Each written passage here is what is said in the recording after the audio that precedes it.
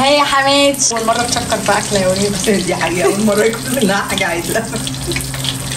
دي مش فاكره ما عملت لكم باميه باللحمه الضاني؟ مش حلوه؟ وعملت اكل ايه تاني عجبتكم؟ ما انت لو بتعزميني باستمرار هقول رايي. ما انا بعزمك كنت على طول مكسله تيجي. شايفين يا جماعه بتجيب العيب فيا ازاي؟ عرفتوا شغل الحموات اهو بدا يطلع اهو. زي ما انتوا شفتوا كده وسمعتوا رأي حماته في اكل. ماشي، ما بيعجبهاش العجب، ما بيعجب. شوفوا ما بعمل، ما بيعجبهاش العجب الست دي. لا بهزر والله العظيم، بهزر بجد. طبعا احنا هنا هي ما بترضاش تخليني اعمل اكل، بتقولي انت بتبقي تعبانه ومش عارفه ايه وكده. هي بتبقى عايزه ان انا ايه تريحني وكده، وهي ما بترتاحش، هي ما بتريحش نفسها ولا بترتاح. واقعد اتخانق معاها وبابا يتخانق معاها ويقول لها ما تسيبيها تساعدك، وكريم يقول لها ما تسيبيها يا ماما تساعدك، مفيش الكلام ده. فبس المهم ان انا اتضحك عليا يا جماعه في العيد ده وما خرجتش خالص. جوزي ضحك عليا وقال لي تعالي هخرجك والبسي وهنروح سينما. لبست واتشيكت وبصوا خلاص وعلى اساس ان انا رايحه سينما. لقيته بيقول لي لا احنا هنروح نتمشى ناخد لفه بالعربيه. فرضيت بقليلي، قلت له ماشي. بعد شويه لقيته داخل كنافه وبسبوسه، رضيت بقليلي برضو، قلت مش مشكله، هو هيجيب حاجه حلوه عشان واحنا راجعين قبل ما يقفلوا ونلف بالعربيه. قلت مش مشكله، خلي السينما يوم تاني يا بت، خليكي زوجه صالحه. لقيته بيقول لي تعالي بس ايه ناخد. المهم ان احنا قررنا في الوقت ده نعمل سينابون.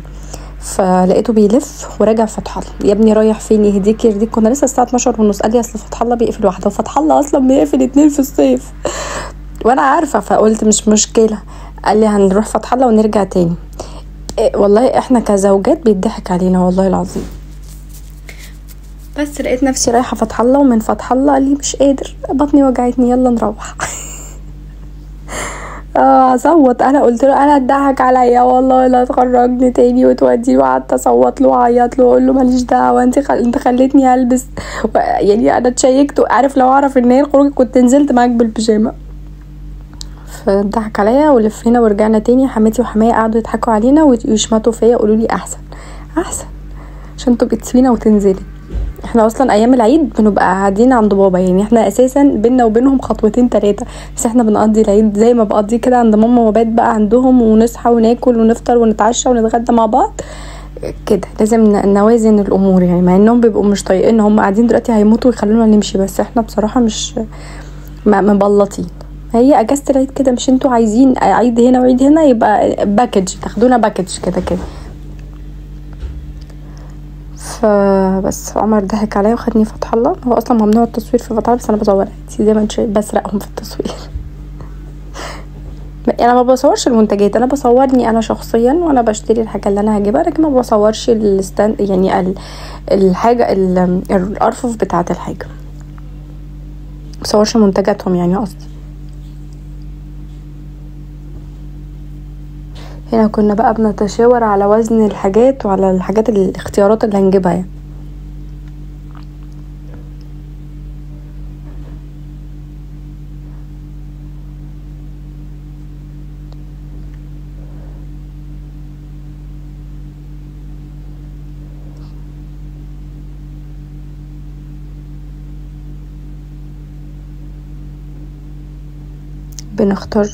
كنا بنختار هنا ايه، احنا تقريبا في صف الزبدة والسمنة. كنا بنشوف هنجيب زبدة نوعها ايه وكده.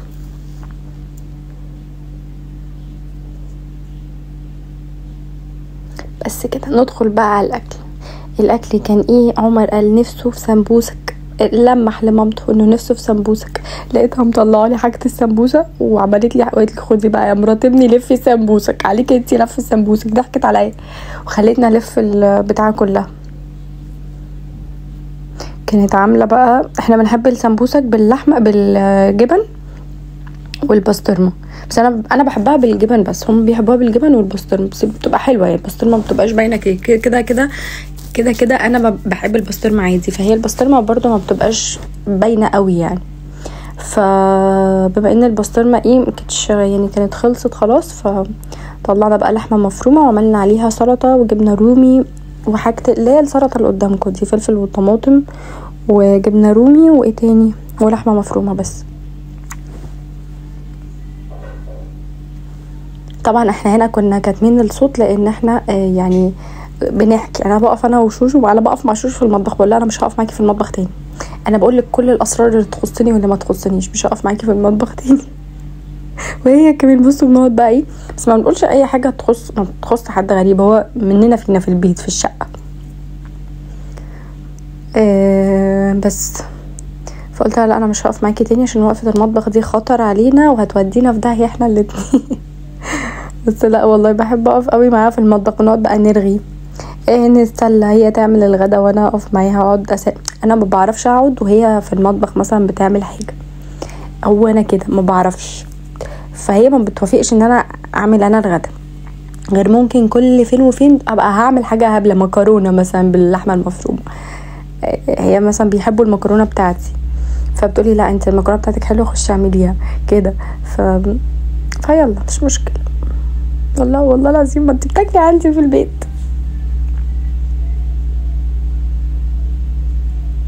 فاحنا بقى نلف السمبوسك وبس كده. جماعه شكرا على الكومنتس بتاعتكم، ان انتوا بتشجعوني دايما وان انتوا بتحبوني دايما. بيبقى فيه كومنتات سلبيه بس ده بيبقى شخص او 2 بالكتير، يعني ما بشوفش اكتر من كومنت او 2 حرفيا، وساعات بيبقى كومنت واحد والتانية بتدخل ترد عليها، فالناس دي عادي انا بتجاهلهم وساعات برد عليهم على حسب الكومنت. فعادي يعني ممكن لو انتي متضايقه من محتوايا او شايفه ان انا مش شخص مؤهل، عادي ممكن تعملي انفولو بكل سهوله وبكل احترام وبكل ادب، ولا تضايقيني ولا اضايقك، لان احنا مش جايين الدنيا هنا عشان نضايق بعض. يعني عادي يعني ممكن ابقى مثلا خفيفه لطيفه عليكم، لو حد شايف ان انا مش لطيفه ومش خفيفه عليه عادي ممكن ما يتابعنيش ويضايق نفسه على الفاضي، بس مش اكتر. يعني في العموم مش اي حد موجود على السوشيال ميديا. في العموم انا لما بشوف ان شخص في الحياه عموما حتى لو ملوش علاقه بالسوشيال ميديا مضايقني ببطل اتعامل معاه اطلاقا، ولا يضايقني ولا اضايقه، يعني مش بيضايقني، هو وجوده في حياتي مش مريحني، فعشان ما نجهدش بعض والواحد ما بقاش عنده خلق فبروح جايه عامله مسافه بيني وبينه، وانت في حالك وانا في حالي، بس مش هخصمك ولا تخصمني ازيك عامل ايه، لان انا ما بحبش الخصوم. يعني انا شخص اكتر حاجه بيكرهها في حياته العداوه والخصوم، فولا بعرف عادي حد ولا بعرف اخصم حد. يعني انا دايما الحمد لله على مستوى تعليمي كله من كيجي لحد الماستر عمري ما خصمت حد ولا حد خصمني. كل الناس اللي قابلتهم في مراحل تعليمي مش هقول صحابي ولكن هم زملائي وبيننا كل حب واحترام. رجعت لكم تاني. الاستاذه جنى كانت بتعمل اوضتها بالمكنسه، الحمد لله يا رب بعد 3 ساعات محايله اقتنعت ان هي تقوم تعمل اوضتها بس الباقي انا عملته عادي. المهم فبصوا بقى دي فخده ضاني خطيره، كانت طعمها تحفه والله. هي شوشو دي فخده كامله، بس هي شوشو بتحب تخلي الجزار يقطعها لها عشان يعني كده مش هنعملها على بعضها، فهي بتخليها تتقطع وكده علشان خاطر يعني هي شويتها في الفرن، تبلتها بتتبيله الشوي عادي وحطيتها في الفرن استوت، وبعد كده طلعتها كملت بس تشربها الصوص بتاعها او الشوربه، وبعد كده هدخلها تحت الشوايه ساعه ما انتوا شفتوها. وعملنا لنا رز بالخلطه وحط عليه زبيب، خليكم فاكرين الحوار ده، وده الباقي من السينابون هناكله بقى ده تاني يوم. حط على الرز زبيب وعمر ما بياكلوش، عمر ما نطقش وما فتحش بقه لدرجه ان انا وهي قعدنا نبص لبعض. هي اصلا قالت لي انا هحط زبيب وهسيب لكم المقطع ده.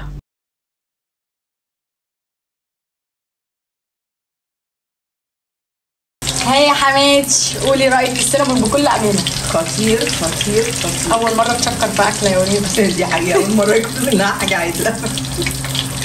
ليه مش فاكره ما عملت لكم باميه باللحمه الضاني؟ مش حلوه؟ وعملت اكله ايه تاني عجبتكم؟ الكوارع بطريقتها، طريقه نشوه بس هي عجبتك صح؟ وايه تاني؟ الرز بالخلطه ما دقتيش عندي قبل كده وقلت لي حلو. ما انت لو بتعزميني باستمرار هقول رايي. ما انا بعزمك وانت على طول مكسله تيجي. شايفين يا جماعه بتجيبي العيب فيا ازاي؟ عرفتوا شغل الحموات اهو بدا يطلع اهو. حطي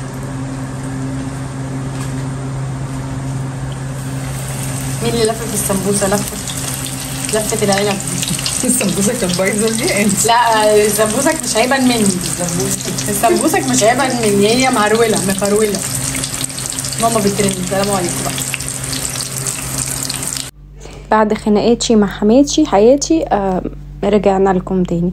انا وهي ايه، قالت انا بحب الزبيب على الرز، قلت لها وانا كمان بس عمر حرمني منه. قالت لي انا هحط وايه وان شاء الله ما ياخدش باله، بس خد باله وقعد يزق الزبيبيه كده من ناحيه المعلقه وياكل من الناحيه التانية الرز بس.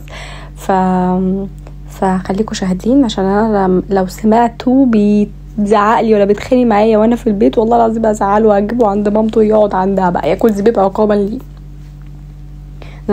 انا بعشق الزبيب في الرز، بعشقه حرفيا، بس هو محرمني اعمله، فلا انا هرجع اعمله ماليش دعوه. انا مامتك قدوتي. هنا بقى ايه، كانوا كلهم حرفيا معايا في بوظوا لي المقطع. كنت عايزاه بصوت ونتكلم عليه وكده انا وشوشو ونهزر ومش عارفه ايه، بس عمر وكريم وجنى دخلوا المطبخ واقفين بقى دوشه وكل واحد بيقول اي كلمه في اي كلمه وعمر واقف هيموت من الجوع ومش قادر، وعملوا لي ما حبكتش ترصي الرز. قلت له لا لازم اجيبه على جنب كده عشان السمبوسه ما تبقاش طريه. احنا هنا عملنا ايه، صينيه العيله ولا صينيه ايه، بتبقى فاخده كده على الوش، والرز بالخلطه بالسوداني او بالمكسرات ايا كان اللي انتوا هتعملوه، وبنحط الفخده كده على الوش. بس انا هنا ما حطيتهاش، حطيتها في عشان الرز لو اتبقى ما يبقاش متعصلح معاه كده. هنرص السمبوسك وخلاص كده كان الله بالسر عليه. تصدقوا انا ما اكلتش من السمبوسك دي، انا زعلانه دلوقتي مع ان كان طعمها حلو هي نيه. انا اساسا كنت بحشي واحده والتانيه كلها في بقي. السمبوسك نوعها مش حلو، يعني نوعها مفروله كده بتتقطع، فكل ما واحده تبوظ مني اقوم واكلها نيه عادي. كان طعمها خطير والله.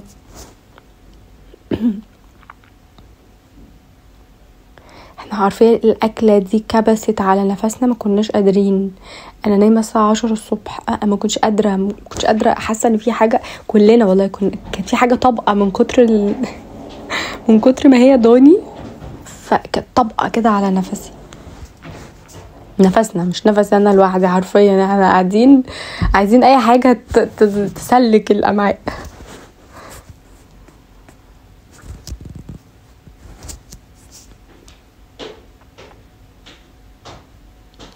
عمر يا ستي مش لازم تعملي، اعملي بايدك ما احنا اللي هناكل. قول له لا لازم اعمل يا ستي، ما احنا اللي هناكل، اعملي بايدك احنا مش قرفانين.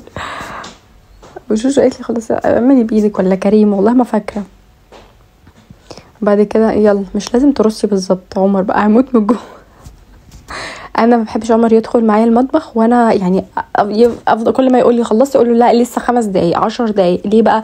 ارص بمزاجي واخلص الفينش بتاع انا بالنسبه لي الاكل شكل، يعني العين بتاكل قبل البق طالما الشكل حلو، مش اي هبل كده فاهمين، مش اي هبل محطوط في الطبق. وده رصه الف سيف. لا حط بسرعه عشان انا مش قادر، انا جعان.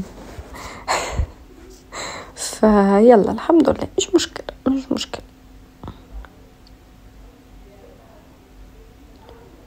احنا هنا بقى انا كنت بعمل بهدوء وبالراحه لان احنا اصلا واقفين بنتكلم مع بعض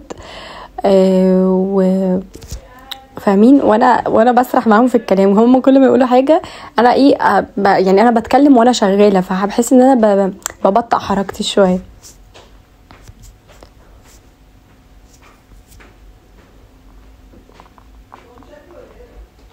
وبس كده بس كده. انتوا صوتكم عالي، كل يوم تيجوا تتخانقوا لي في الفيديو بتاعي، انتوا قاصدين. احنا مش بنتخانق بالعكس، ده بنعمل حاجات حلوه جدا طبعا. المهم بس كده خلصنا الفيديو بتاعنا، وما تنسوش بقى تعملوا لايك وشير وسبسكرايب وتقولوا لي بتحبوني قد ايه وبتتابعوني منين. وكومنتات كتير وقولوا لي كلتوا ايه في العيد وهتاكلوا ايه في اليوم الباقي ده. باي باي.